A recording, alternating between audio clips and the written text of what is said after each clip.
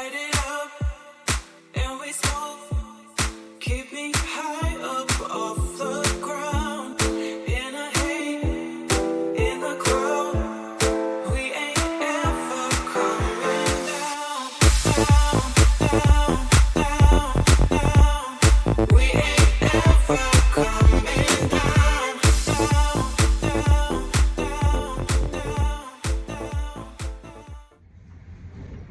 Welcome aboard SV Equus. This has been our home for the last 5 years and where all of our adventures have taken place. Just wanted to welcome you aboard and give you a little information about what's in our book. We are at anchor right now, so if you hear a lot of creaking and groaning and the video is moving back and forth, that's because our boat is rocking back and forth, and that's what we have to deal with pretty much every day. And this is our dining room table.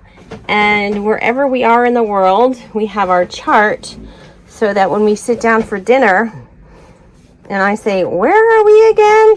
Dan can point to the chart and say, here we are, because I'm kind of geographically impaired. But anyway, I'm learning. I'm getting much better thanks to the charts on the dinner table. This is my galley where all the magical cooking takes place. One great thing about living aboard a boat is you have an opportunity to do lots of let's say experimental cooking with foods from other countries, and it's pretty awesome. This is my herb garden, of which I am very proud of, to keep these plants alive, because sometimes the salt water sprays through the holes down there and I have to run over and protect my plants, but they're alive and they're doing well. I got rosemary and mint and basil and cilantro and parsley and thyme. Here we are sitting in our cockpit, the control center for Equus. We wanted to give you guys a little bit of a look around, so you, when you read our book, you can actually see what we live with and what we have to deal with. So there's our helm station where we have all of our navigational equipment, and our helm where Dan does the steering when the autopilot is not on. And of course there are lots of lines and cleats and winches to put our sails in and out. And when we're at anchor like we are right now, life is rather peaceful, but when we're out in the chaos of waves and wind, things are not quite as relaxed, are they, Daniel? Sometimes. I said when there are wind and waves. There's always wind and waves.